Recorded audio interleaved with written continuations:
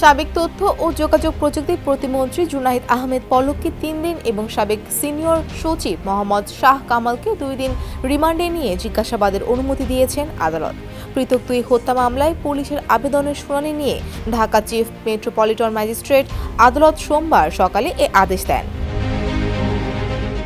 এদিকে পৃথক মামলায় জাতীয় সমাজতান্ত্রিক দলের সভাপতি হাসানুল হক ইনু, সাবেক খাদ্যমন্ত্রী কামরুল ইসলাম, পুলিশের সাবেক মহাপরিদর্শক চৌধুরী আব্দুল্লাহ আল মামুন ও ঢাকা মহানগর পুলিশের সাবেক অতিরিক্ত উপমহাপরিদর্শক মশিউর রহমানকে গ্রেপ্তার দেখানো হয়েছে।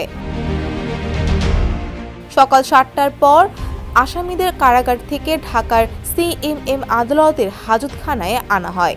সকাল 9টার দিকে তাদের আদালতের এজলাস কক্ষে তোলা হয়। সকাল 10:30টার মধ্যে শুনানি শেষে তাদের কারাগারে পাঠানোর আদেশ দেওয়া হয়।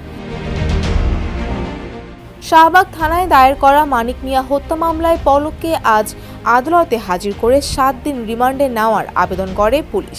অপরদিকে আসামিপক্ষ থেকে রিমান্ডে নেওয়ার আবেদন নাকচ করে জামিনের আবেদন করা হয়। উভয় পক্ষের শুনানি নিয়ে আদালত পলকের 3 দিনের রিমান্ড মঞ্জুর করেন।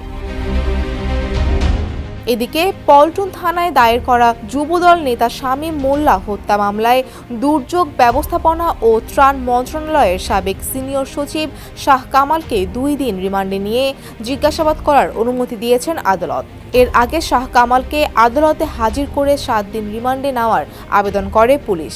অপরদিকে আসামিপক্ষ থেকে রিমান্ডে নেওয়া আবেদন নাকচ করে জামিনের আবেদন করা হয়। আদালত উভয় পক্ষের শুনানি নিয়ে তার 2 দিনের রিমান্ড মঞ্জুর করেন।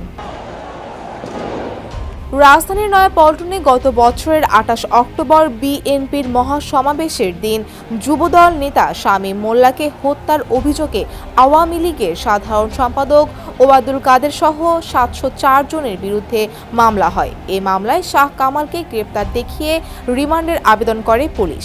শাহ কামাল গত 17 আগস্ট রাজধানীর মহাখালী থেকে গ্রেপ্তার হন। পরদিন বৈদেশিক মুদ্রা নিয়ন্ত্রণ আইনের মামলায় তার 5 দিনের রিমান্ড মঞ্জুর করেন আদালত।